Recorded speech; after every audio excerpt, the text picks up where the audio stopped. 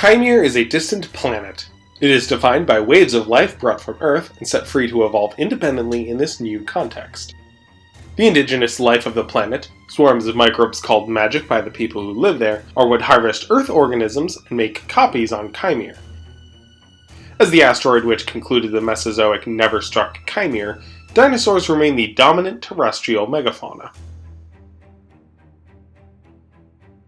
On Earth, birds occupy a highly diverse range of ecological roles.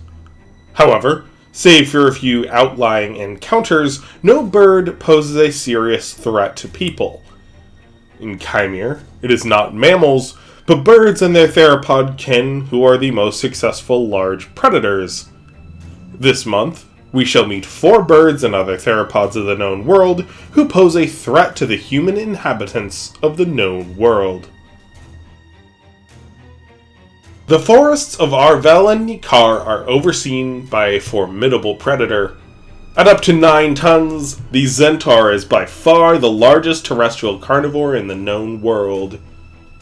In these most productive habitats, with herds of abundant large herbivores, it should come as no surprise that a diverse cast of predators dwell under the dominion of the centaur. Some trophic levels below, others are great vassals who only answer to the king. As the prairie under the Uktan, the most successful of these vassal predators is the Urushai, or Fireback terror bird.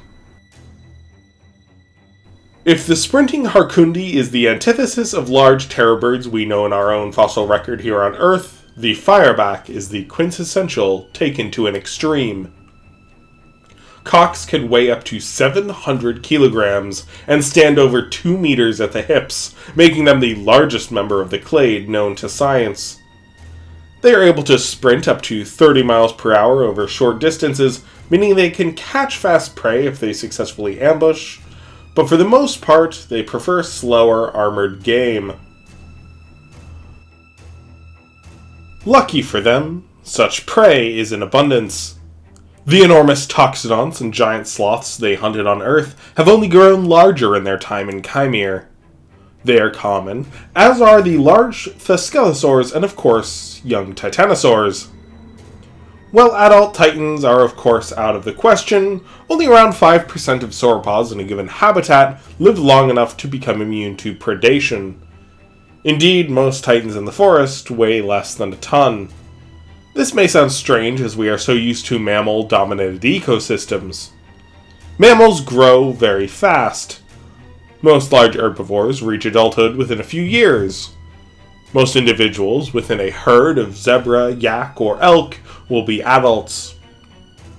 In dinosaur-dominated ecosystems of Chimere, the slow growth of most taxa means adults make up a much smaller proportion of a given group.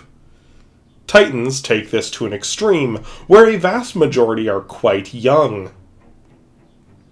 These young titans are armored and have few weak points, but as we will learn later, the Fireback has no problem dealing with armored prey. Though common and successful, Fireback are not without competition in their niche. Just as most titanosaurs in a given population are not adults, so too are most centaur. Centaur, between 700 kilos and 2 tons, directly compete with Fireback for prey. Though Firebacks are certainly capable of bringing down a centaur in their weight class, they will eventually be outsized. Because of this, they generally prefer lowland and wetter forests where centaur aren't as abundant.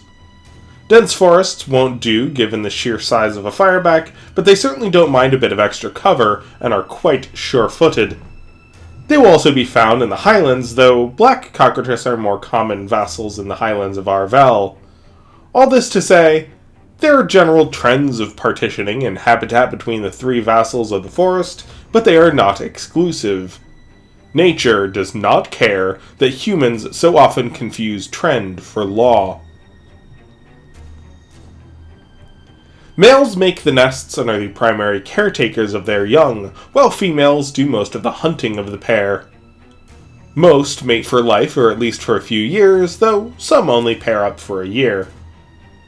Once the young reach independence and near adult size at around 7 months of age, typically at the onset of the dry season, the pair hunt together to help the female bulk up for her next batch of eggs. Some of the young live with their parents and hunt near the territory, helping even to raise some of the next year's clutch, though most depart. Females tend to go alone, whereas males of the clutch tend to stick together, hunting side by side until they reach sexual maturity at the age of 3 or 4. Once a territory is established, Fireback cocks generally live near related males, often their brothers. Female Firebacks prefer to hunt alone, but especially in the interim months between their young reaching adult size and laying their next clutch, females will join their mates in a congregation of related males to hunt large game. While their preferred game are slower armored prey like sloths, toxodon, and drake between 1,000 pounds and 2 tons, they can work together to bring down proboscideans, young titans, and even female and young male hookagore sloths under certain circumstances. Another name for the Fireback is surgeon bird, for their particularly brutal method of killing. They are intelligent animals, and rather than try to pierce the armor of their preferred game, they know the vulnerable places and target them with a rapid precision. They employ their beak not as a pick or hatchet, but as a hook, latching into soft parts of their prey like the armpit, throat, or anus, and yanking it apart until their prey dies of shock and blood loss. They are capable of considerable bursts of speed, but generally prefer pinning slower armored game to the ground with their long legs and sickle claws before employing the beak for a quick and graphic kill. While many have tried to tame these formidable birds, thus far no attempts have been successful outside a few folktales from the age of witches. They are aggressive and territorial, and while juveniles are tame, they will readily follow handlers' orders. Adults will view any person other than their handler as food, and the first time the handler disappoints them, they attack. Being clever, Firebacks that were raised by people often know how to open doors and where food stores and children are kept. It's not unheard of for them to learn that humans are a viable food source, especially if they were raised by handlers, and many Arvelith horror stories center around an escaped pet which returned years later with a mate and dozen companions and turned the entire village into a grotesque arena of gore. Cheers to Ian for sponsoring this series. The birds and other theropods we meet this month are important aspects of the setting, and special focus on them was long overdue. Big cats may be more dangerous to people numerically as they are more common and abundant near settlements, not to mention being used to hunting people back on Earth, but ask any Chimeran and they will tell you they hold far greater fear towards such creatures as the Harkundi, Fireback terrorbird, and both common and white cockatrice. Thanks again to Ian, to my Patreon patrons for their support, and thank you so much for watching. Cheers, folks!